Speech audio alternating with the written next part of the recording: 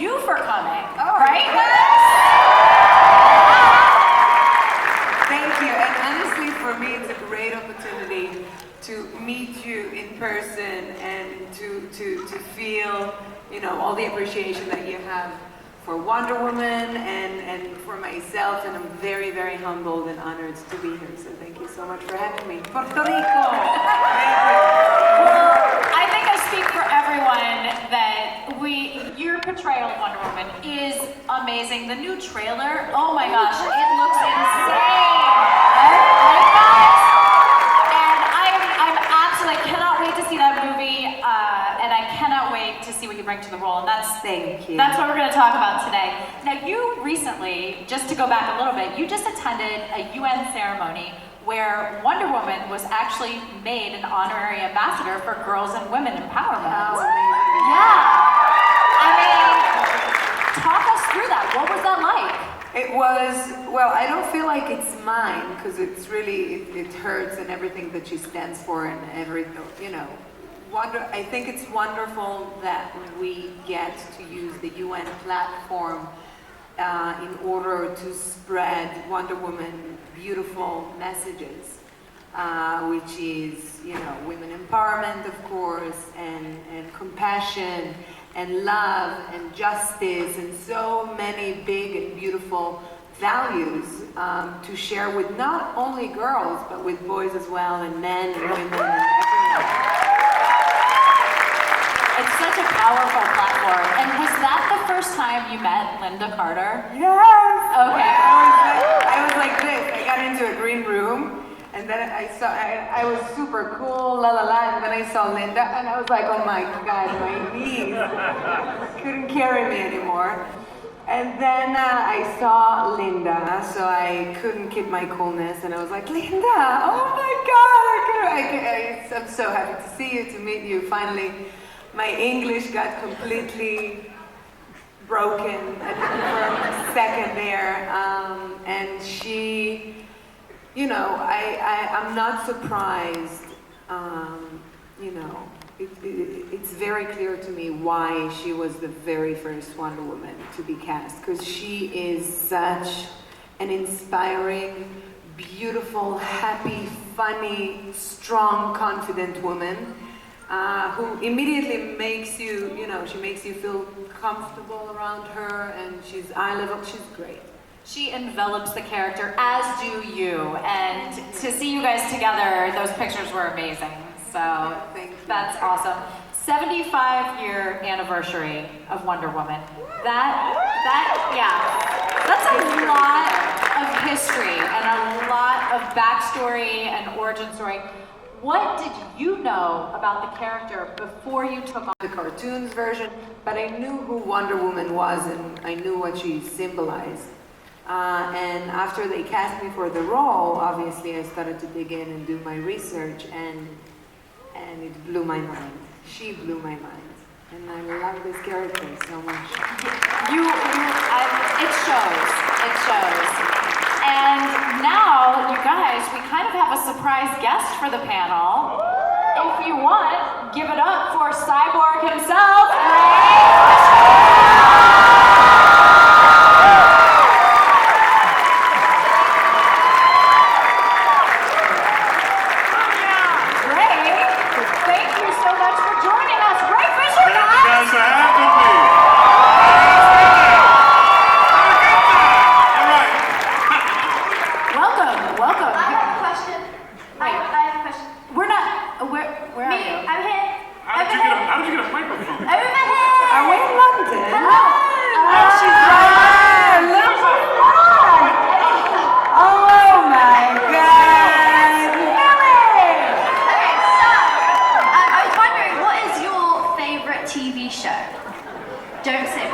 Does The Simpsons count? Yes, it does. The Simpsons. The Simpsons. What about you, Ray? I'm geeking out on some Game of Thrones, pretty hardcore. I watch it pretty religiously. So, and also Stranger Things. I'm not allowed to say it, but yeah, I got it. Thank you so much. My favorite Stranger Things. You're awesome. Give it up for Millie, guys.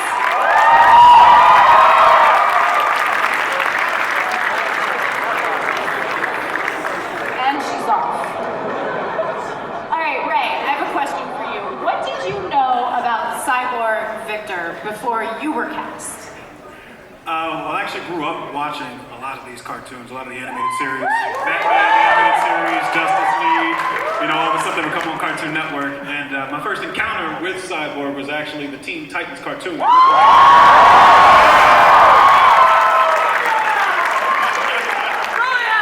That was my first encounter with the character, and I was just about to get out of, I was in the middle of high school, and I was like, man, this show just speaks to me. Because, there were all these characters who were going through these very real teen issues, but also trying to save the world. So, the extent of my knowledge was just about that.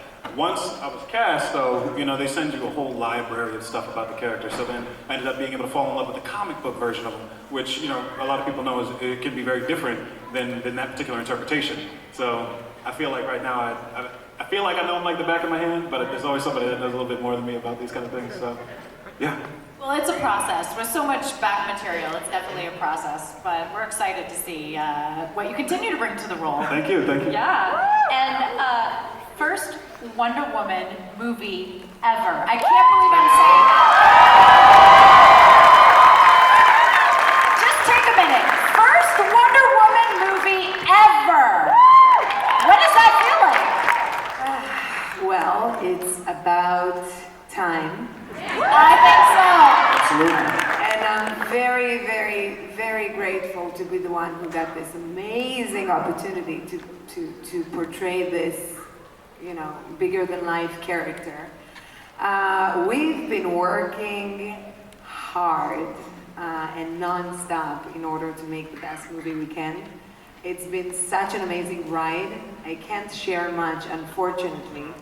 But I can only say that I feel like this is one of the most special projects I've ever worked on. And I can't wait to share it with you. We can't wait to see it. After that trailer, it's probably top 5 movies I'm excited for. It looks amazing. So let's take it to something you can talk about. What was it like when you first put on the costume? Tight. Very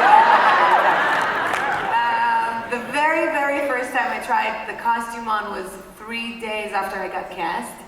And I got into this, they flew me to Michigan, and I got into this huge hangar, huge, with tons of white walls covered with posters as me, as Wonder Woman. So it was surreal. I just got into the room and I couldn't stop looking at the posters. And then when they wanted me to try on the costume, because I was so excited that they cast me for the role, I didn't say anything. I couldn't breathe, but I was like, that's okay. That's okay. That's fine. It was really, really tight, and we adjusted it. And I love the costume. I think that it complements Wonder Woman very much so as being the greatest warrior out there. And now it's much more comfortable, obviously. Aside from the tightness factor, did you have any input into the costume? Yeah, pretty. Not so much, when it comes to the looks of it, but when on the practical side, yes, with the boots and with the That's good. And what type of training did you have to go through for the role? Because I'm so happy I'm done with it and I'm pregnant now, so I can just relax. Congratulations. By the way, I started being pregnant when we were still shooting Justice League. And I shot, most of you, I don't know if you know actually, but I shot Wonder Woman and Justice League back to back. So basically the day I finished, I wrapped on Wonder Woman. The day after, on the evening we went to a wrap party, and on the day after 6 a.m. I was again on set working with these crazy people. And everything went well, and after some weeks I got pregnant, and when I get pregnant I have migraines and I feel sick like many other women. And I'm surrounded with guys, right? So they didn't get anything. And we were shooting green screens like all the time, right? And I started to get this heavy migraines from the green screen, and then I had to vomit. And it was so awful. So I started to come to work wearing sunglasses. And it's kind of weird. And then I started to get those weird notes and comments from the guys. Oh, so now you're going gangster on us, huh? Now we're going Hollywood. And so anyway, to your question, that was an unnecessary information. Well, to be fair, nice to share. to be fair, we did not know she was pregnant. She kept it under wraps pretty tight. So Jason was the first one to go. Well, Jason has kids. Yeah. She told me. She told me first. I told her to get sick. It was talking pretty about? early. But the training. So I had to prep 5 months prior to when we started shooting Wonder Woman. We started to, to get ready. I did lots of horseback riding, which was awesome and painful. I did a lot of martial arts drills and trainings with the swords and with the shield, which I love. And a lot of gym work. Lots of weights, lots of food, lots of everything. Well, it shows. You look amazing. Thank you so I keep much. saying. Imagine a world in which someone told you could eat candy professionally. Like you could just go into work and just have all the greatest things You're in the walking world. around with a bag of chips. Exactly. It's probably the greatest thing, not probably, definitely the greatest thing I've done up until this point. Honestly, across the board, this has been a standalone experience from the people that we're working with, as beautiful and as gracious and as welcoming as they were to somebody such as myself who's never really done a feature film or anything like this. They made me And feel... he's so amazing in the movie. He's so brilliant. He's gonna love it. Thank you. I can't wait. It ended up being a situation where you would go in every day and it was like you were just hanging out with your friends and just so happened to be shooting a movie. So the whole process for me, I got there in March of 2016 and started training. We did about a month and a half of training prior to starting the shoot. And in that time, they were shoveling all this food in me, going to the gym every day, put on about 20 pounds since I had been there. And then just when we got in there, we got to work, and I got to see people in their costumes and step on set for the first day, and we had all the crew together. It was magical, and people would bring their kids to set, like Ben would bring his son to set, and Zach would bring his kids to set, and they would just be floored, and like you really realize why you're doing this. It's for the people that believe in that magic, And I'm honored to be a part of that. So thank you guys. You both done a lot of green screen work before? I did, yes, for Fast and Furious. We did a lot. Best ever. Yes. We did. And Fast and the Furious, you're great in that too. How about you? No. I'm a theater guy, so all our green screen work is usually looking out here and pretending that there's a fourth wall where there is not. So never prepared me in that way, but I had a bit of a learning curve that they absolutely guided me through as far as the technical side of those things went. Yeah. And we haven't really seen too much of Victor Stone yet. So how would you describe him? I would describe Victor Stone, I think his greatest trait is his resilience. The guy has gone through a lot in terms of his physical and mental state. Imagine waking up one day and finding out and most of your body is metal. All of a sudden you come to and your body's metal.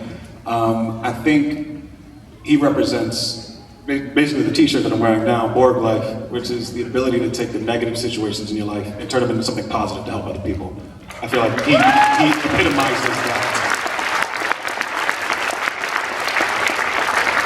And I think we've got a lot of very, very, very interesting dynamics just laid throughout the entire film with all these characters. You see so much. You see where all these people are coming from, and you see just how similar they are and just how different they can be at the same time. It's beautiful to watch, and beautiful to be a part of, and be able to sit on the other side of these guys and watch them work. So, yeah. Yeah, that's true. Keeping Up with the Joneses, a totally different genre, totally different movie, but what was that experience like? Fun.